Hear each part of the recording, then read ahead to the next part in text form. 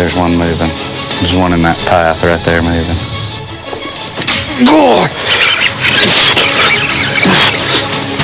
Yeah! Woo!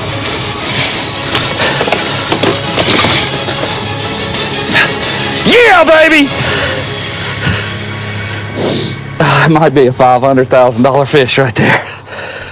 Hey everyone, thanks for tuning in to the first episode of Season 2 of Fishin' Outrageous Radio. I'm James Hill. I'm here with Scott McGill, who's co-hosting today. We have on the line the 2013 Forest Wood Cup champion, Randall Tharp. How's it going? It's going great, guys. I appreciate you having me on the show tonight. So, of course, I know you've probably heard it to death, but we want to know about the Forest Wood Cup experience.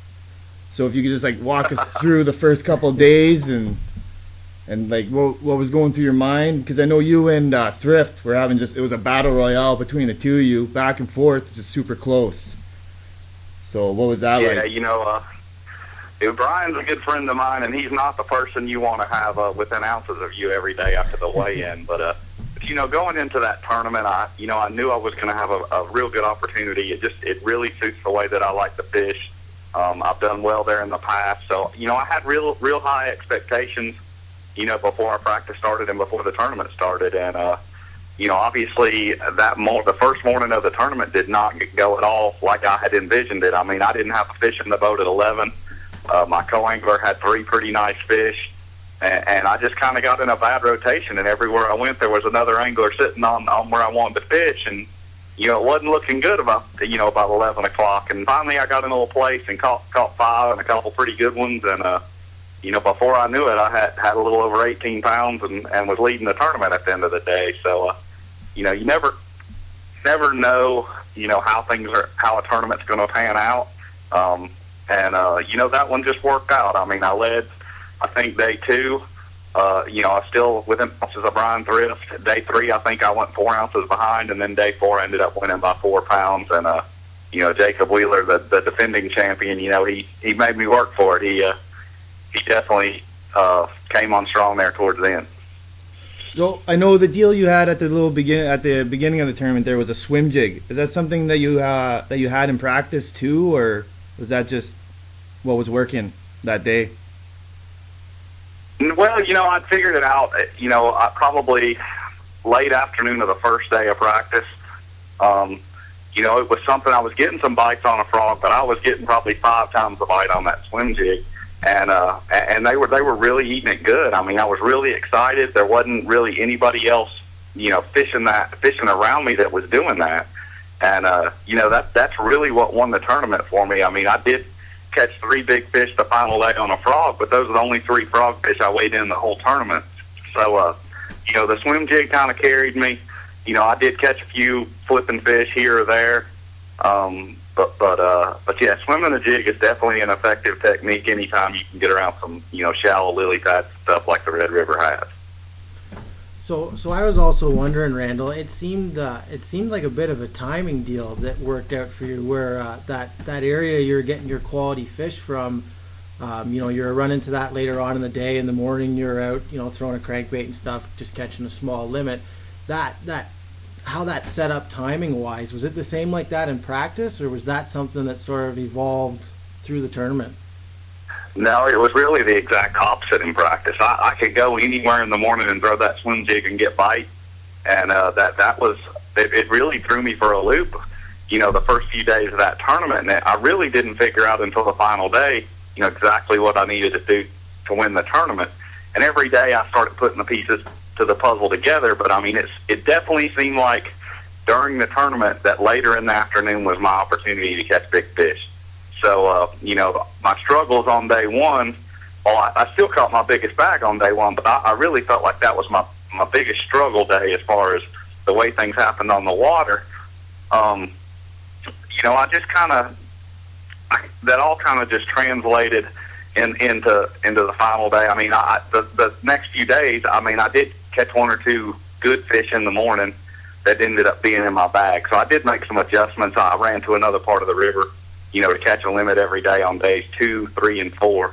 And ultimately, that was good enough to win. And that's a life-changing event, a life-changing amount of money.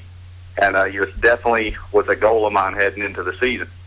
So on that last day when you went to that back area with the pads, whenever you caught that first larger fish frogging, you called what seemed like a 12-incher for a tank.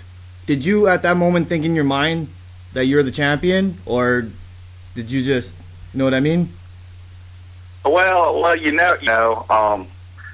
knew that's the kind of bite I needed. I figured if I could get anywhere in the teens, if I could weigh in 13 or more pounds, that they were really going to have to catch them to beat me. And that one bite did put me right there around 13 pounds, and then I caught another 3-pound plus fish, probably about an hour later, and I had a pretty good feeling at that point in time that the tournament was mine. Cool. And I mean, like, we all three of us here, I think we all know how much how important the mental side of tournament fishing is. And I was wondering too, like in the mornings when you're going and you're just catching those sort of keeper fish to get a bag under your belt, is that something you regularly do? Is just to try to get a limit in place so that you can kind of get that out of your mind and then go targeting those more quality fish? No, that's not something I normally do. I mean, catching 5 fish is normally not an issue for me. Mm-hmm. And normally, I mean, to do good at the tour level, I mean, you just got to catch 5 big ones. And that's just, it was the dead of summer on the Red River. Water temperatures were pushing 100 degrees, and it wasn't easy to catch a fish there. And that was my reason for, I had a place that it wasn't a guaranteed limit, but it wasn't too difficult. I mean, if I spent a few hours there, I was definitely going to get some bites and put some fish in the boat. And, that day one of the tournament just forced me into that because I couldn't get anything going early, fishing in my big fish areas. I mean, I felt like it actually hurt those areas to go in there and spook the fish. Or, I mean, it's all so shallow.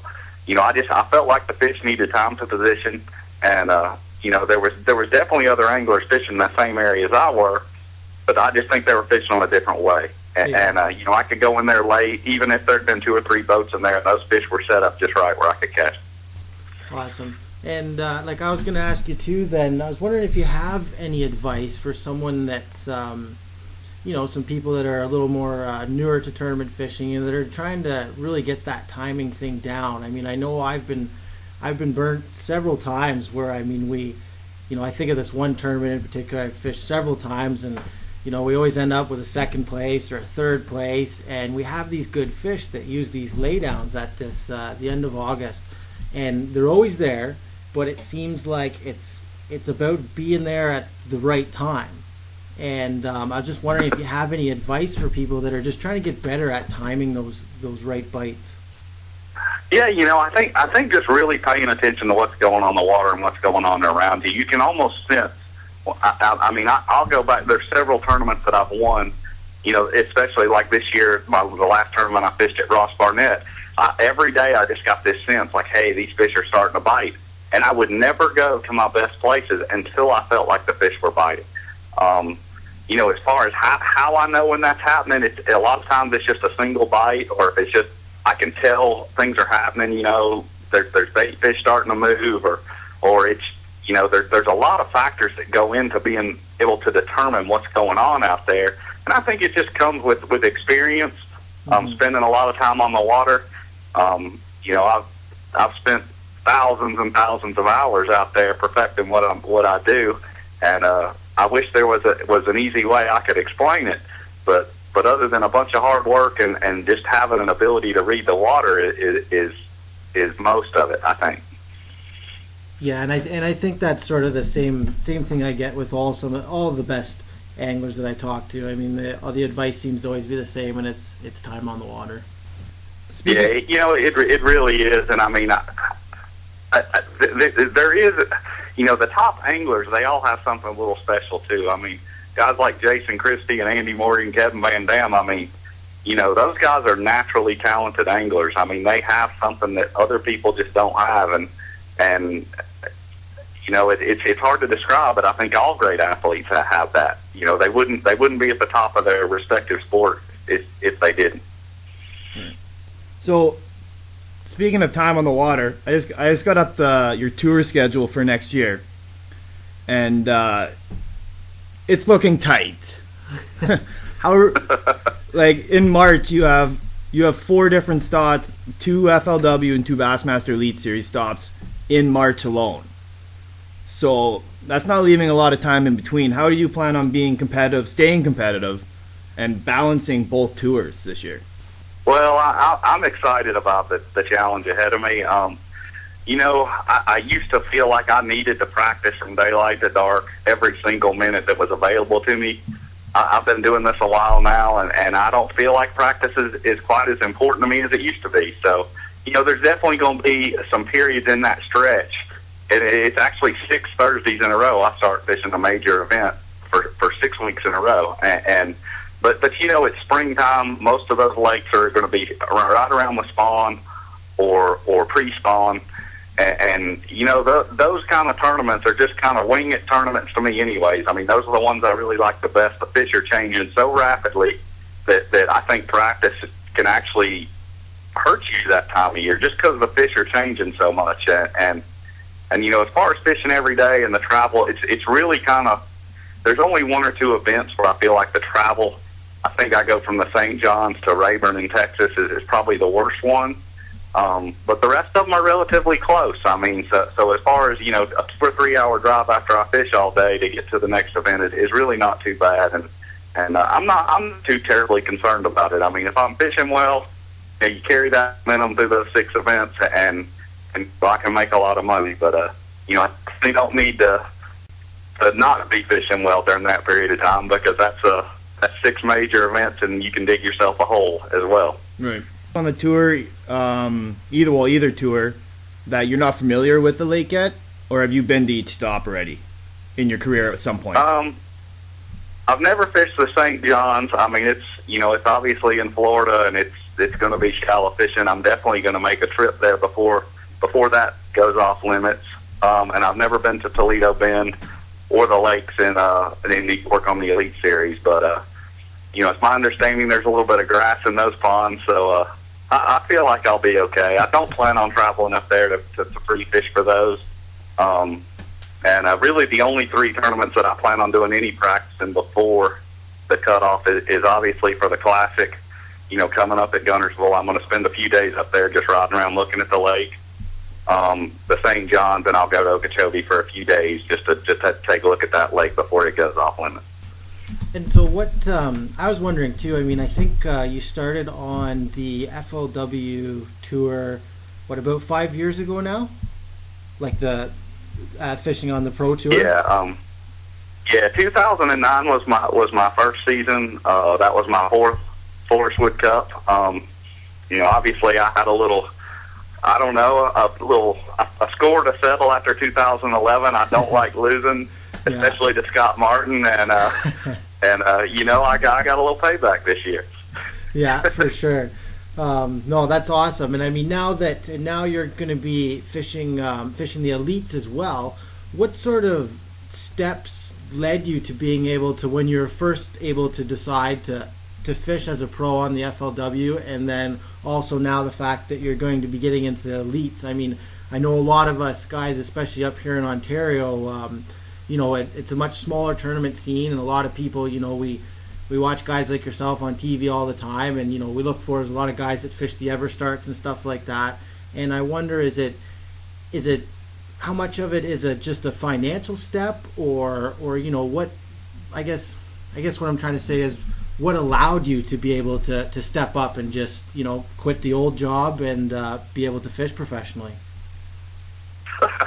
Well, it just didn't happen, I can assure you. I mean, when I first started fishing, I had a pretty successful contracting business.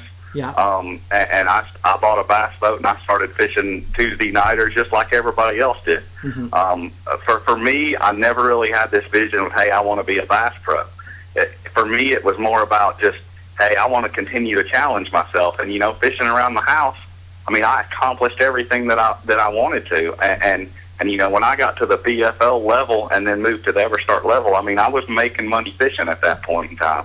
Obviously the more I got involved in it, the less time I was able to devote to my business, and I was more or less just faced with a decision, and that was about 2008, where, hey, if I'm going to continue to challenge myself as a fisherman and fish against the very best fisherman there is, I couldn't do my job well, and I wasn't fishing well trying to do both. So, but financially, I mean, I was winning enough money to pay for each step. I mean, when I went from VFLs to EverStarts, I mean, I pretty much paid for my EverStarts the first couple of years, with my VFL winnings, and likewise, I mean, I won an Angler of the Year in the EverStarts. I won some tournaments. The first year, 2008, that I quit my job, I won 2 Bassmaster Opens in an EverStart, and that more or less paid for my first 2 years on the FLW Tour. So, my whole career, that's how I got there. I didn't have a lot of money set back to go do it. I mean, but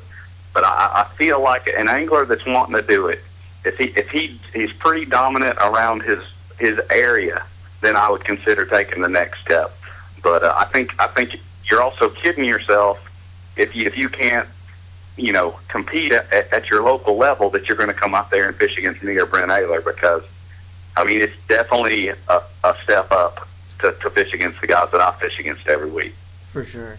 No, definitely. And I mean, I think it's pretty awesome that a lot of what you do is fueled by winning. I mean, there's a lot of guys out there too, I think, that rely on income from a lot of other sources to keep them moving along. But it's got to feel pretty good to know that that's where that comes from, is from actually cashing checks from catching fish too.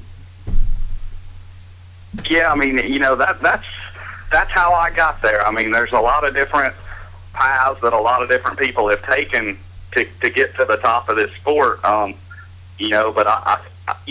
when I got to the tour, I knew I was ready. I mean, I knew, and that's, I haven't been doing fishing that long, but I've accomplished a lot in a short period of time, and it was because I was ready when I got there. I mean, I didn't learn to fish bass tournaments on the FLW Tour. I learned, at the ground level and worked my way up, and that's what I would recommend to anybody that's going to start fishing. So, I understand your words with you now. How important is it having her with you each step of the way, and sort of like managing the outside stuff other than the fishing? Well, the longer that I've been fishing, the more important she's become. It's a full-time job for her. It's it's daylight to dark for her, just like it is for me. And she's a huge asset. I mean, the first 3 years I was on tour, she worked 60 hours a week to pay our bills, just so I wouldn't have to feel the pressure of getting a check at an event. And now she manages the business side of fishing, and the longer I've been doing it, the bigger that has gotten. My responsibilities with my sponsors and scheduling, campground reservations and handling all the, everything that goes into running a business. And that's what this is for me right now, is she handles all of that and lets me concentrate on catching the fish, which is it's really almost the easiest part of the whole equation. That's cool. We had this one other thing I was going to do with you. I actually stole this idea from Gord Pizer. I think he did it to Van Dam when he interviewed him, I don't know how many years back. But I was going to do a little bit of basically a word association. So what I was going to do is I was just going to say a word, and I want you to basically tell me the first thing that comes to your mind. How's that sound? Okay? All right. That sounds good. We'll see how it goes. Okay, let's go here. All right. So here's the first one. Smallmouth. A largemouth. Worm. Jig. Jerkbait. Oh, gosh. First thing that comes to my mind, I hate it. How about Great Lakes? It makes me sick to my stomach. Walleye. Jason Secure It. Ice fishing. Dave Lefebvre comes to mind. How about Casey Martin? Alabama Rig. Alabama Rig. Okay. And how about one more? How about Canada? Cold. Cold. It is cold. It is cold. Yeah. I think we're We've had a couple days that are minus 40 Fahrenheit already, so it's chilly up here. Yeah, I don't envy you guys at all. I walked on the beach and watched the sunset this evening in short pants and a t-shirt. How's the Well, I definitely envy you then. how's the redfish going? It's pretty good down here right now. The bull reds are running. I mean, I like to catch them to eat them, but it's hard to catch one under 27 inches right now down here where I live. Those things look like a lot of fun. Sure they are. I mean, it's real similar to bass fishing. I think that's one of the reasons I love it. I mean, they're, to hook a big one in a foot of water, and they pull a little bit. I mean, they don't just, you don't boat flip one of those. I mean, No. you gotta to wear one out a little bit, and it's a lot of fun, and they're pretty good to eat as well. Oh, that's cool. All right, Randall. That's pretty much all we had for you. So I can't thank you enough for coming on and doing this for us. Oh wait, I got one more question, Randall. Okay. So the next time that you're in Florida and I'm in Florida at the same time, can we go fishing? Well, sure. I mean, I'm in Florida right now, so I don't know what you're waiting on. Okay, cool. Well, school's not that important, so I'm sure that I can make a trip down there at some point soon. So I'll be happy to take you out in the salt water anytime. Oh, that's awesome. Well, I was thinking maybe we should go boat flip some of them big greenfish together too.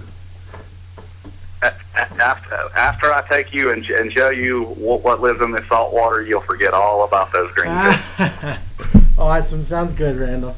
So yeah, thanks for coming on, taking the time to do this for us. I want to wish you luck on obviously the Classic on Gunnersville, and the rest of your 2014 schedule. Hope it goes well, and hopefully we can talk to you again at the end of the next season.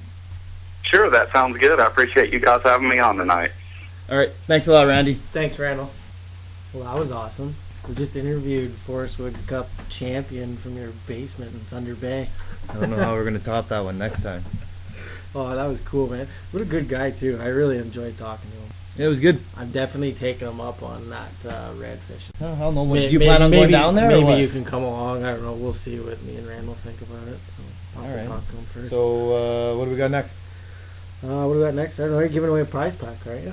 We are giving away a prize pack from Imperium Baits.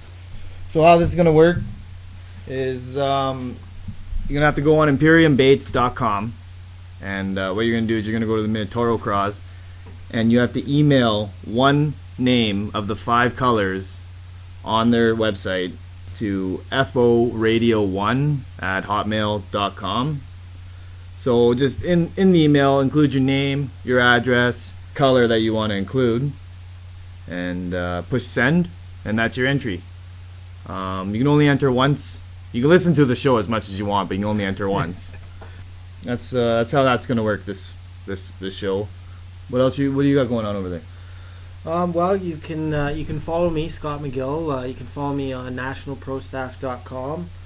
You can also find me on Facebook and on Twitter at McGill_fishing. Right on. And then you can find me on Twitter at jhillfishing. You can find myself and home of FO Radio at www.jameshillfishing.com. Or you can check me out on NPS too. A lot of great articles and everything on there, so check that out. And I guess until next time, keep fishing outrageous.